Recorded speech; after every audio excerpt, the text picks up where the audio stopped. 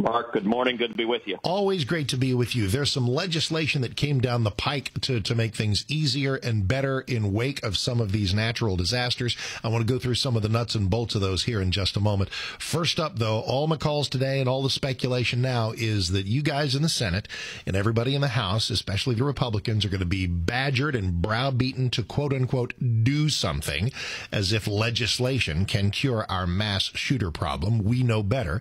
But when it comes to this hardware issue, this bump stocks thing, Senator Cornyn says, let's have some hearings, right? Are you okay with that? And, or is that the camel's nose in the tent?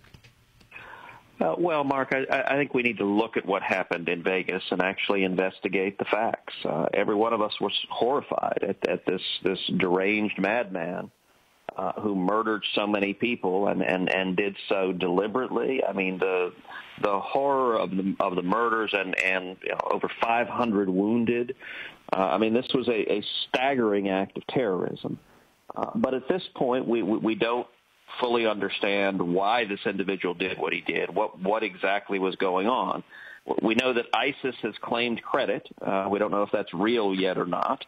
But the first step in dealing with any crime or any act of terrorism is investigating to understand why it happened and who exactly carried it out and what led to that. Once we do that, then we can ask what public policy steps could have prevented it. For example, an earlier terror attack, the Orlando shooting, where another crazed madman went into the Pulse nightclub and killed 49 people. We know with that individual that he called 911. He pledged his allegiance to ISIS. He pledged his allegiance to al-Baghdadi. And we also know that the Obama administration had multiple red flags indicating that this individual had been radicalized, had been planning to carry out an act of terrorism, and yet they had failed to do anything to prevent it. We don't know if that's true about the individual in Las Vegas. We're still gathering the facts. The investigation is ongoing.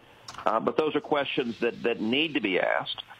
Unfortunately, what we see in the wake of almost any crisis or disaster is Washington Democrats immediately begin trying to politicize the disaster and pushing one of the great issues that they always push, which is gun control. They support that. They support that whether there's a disaster or not, and their view is that the government should strip away the Second Amendment rights of law-abiding citizens. I think that's wrong. I think it's a mistake, but it's the direction they're going to go because that's what Democrats do in Washington.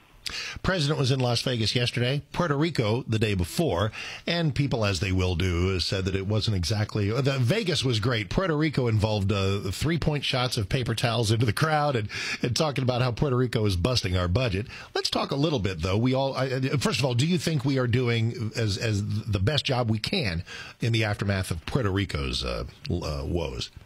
Well, Puerto Rico is really, really hurting, and there are challenges there. Obviously, we've had 3 horrific hurricanes in a row with Harvey and Irma and Maria. Puerto Rico presents some of the greatest challenges because, number one, Puerto Rico did not have the infrastructure that a Texas has or a Florida has, doesn't have the emergency response capability and that our state is blessed to have had, having been through many disasters. Number two, look, having been in Houston during Harvey and in the aftermath, we were blessed to have giant freeways where 18-wheeler after 18-wheeler could come bringing supplies, getting needed relief to the people who were in trouble. Puerto Rico, obviously, is an island. You can't drive an 18-wheeler there. And the logistics of getting assistance to Puerto Rico are quite challenging. Their power is down. The mechanics of, we had power companies from all over the country driving trucks down to Texas to help rebuild power lines after they came down. That's much more challenging to execute in Puerto Rico given the geographic situation. But we need to be doing more. I can tell you I have spoken multiple times with the vice president. I've spoken with a national security advisor about Puerto Rico, about mobilizing more resources there. I'll tell you one interesting thing, Mark, that I was able to do. I met with a number of businesses that have substantial interest down in Puerto Rico, and we assembled probably 20 or so in my conference room in D.C. to just talk about their challenges getting to their employees, getting relief in, and we put them on the phone with FEMA. We wanted to facilitate a conversation between those business leaders and FEMA. And so, for example, Bacardi was there. We told them about how in Texas with Harvey, Anheuser-Busch shifted their beer production over to producing water, and they were producing water in beer cans to get needed water and relief to the hurricane victims. Bacardi was saying, well, gosh, they thought their facilities in Puerto Rico, they could shift over to do the same thing, producing water. Their problem was they didn't have sufficient diesel to run their generator, and they needed the generator to run to be able to run the plant to produce the water. Mm-hmm. Well, FEMA was on the phone. FEMA said, all right, how much fuel do you need exactly? Let's get you the fuel so you can get the plant up so you can start producing water so you can start having hurricane relief on the ground. Those are the sorts of conversations that need to be going on. I'm trying to facilitate those conversations. I know the administration is trying hard, but it is a very, very challenging disaster. Well, that's a perfect detailed answer for the sort of the shorthand that I've offered up to tell people that Puerto Rico ain't Texas. It ain't Florida. There's a lot of it that resembles very much a third world Caribbean nation. We do what we can. They do what we can.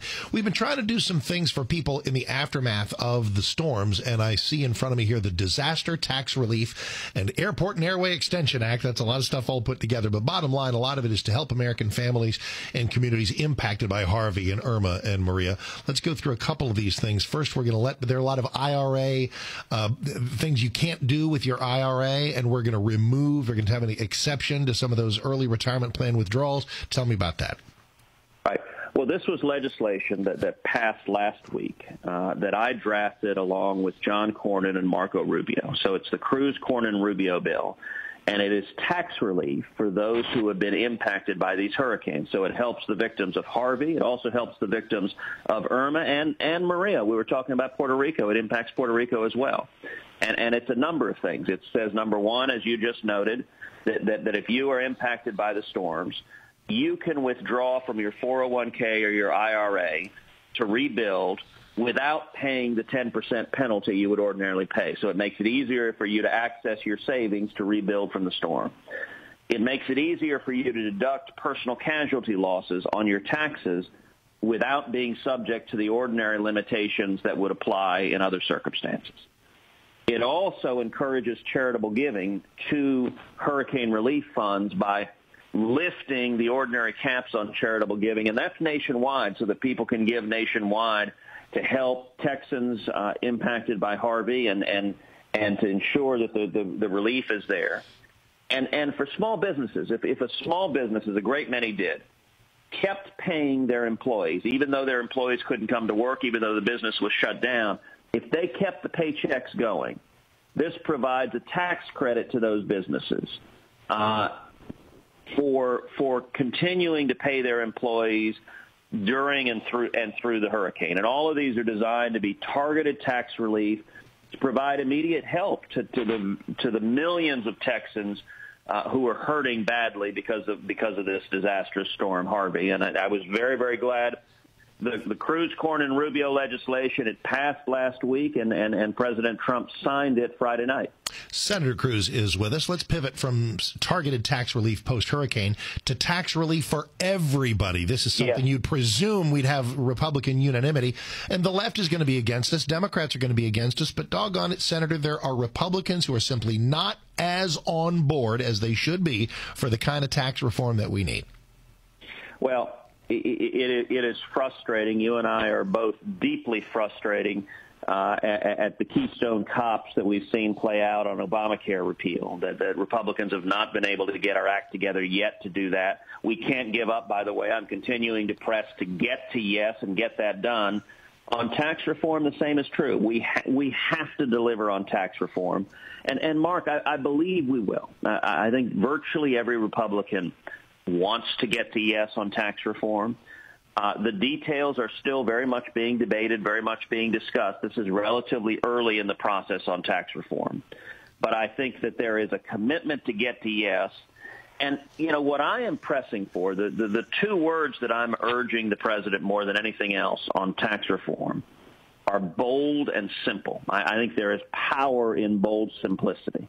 There is power in allowing every American to fill out our taxes on a postcard. That simplicity has enormous power. And our focus needs to be on jobs and economic growth. I am pushing for a big tax cut, one that makes a real difference in your life, in your bottom line, in your small business, that creates jobs, that raises wages.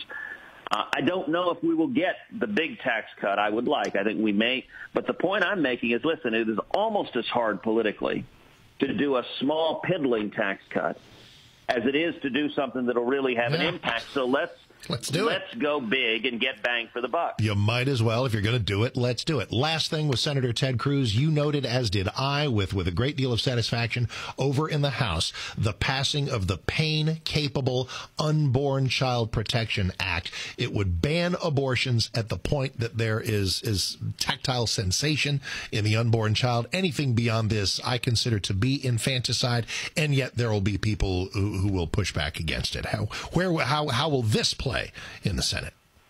Well, you're right. The House is to be commended for passing this legislation.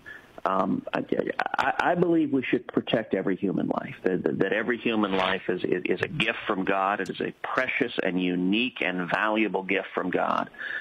We now know from science that at 20 weeks, unborn children experience pain and significant agonizing pain. And so this legislation reflects that scientific fact by saying we're going to protect those children and not have them experience excruciating pain. And so it acts to restrict late-term abortions.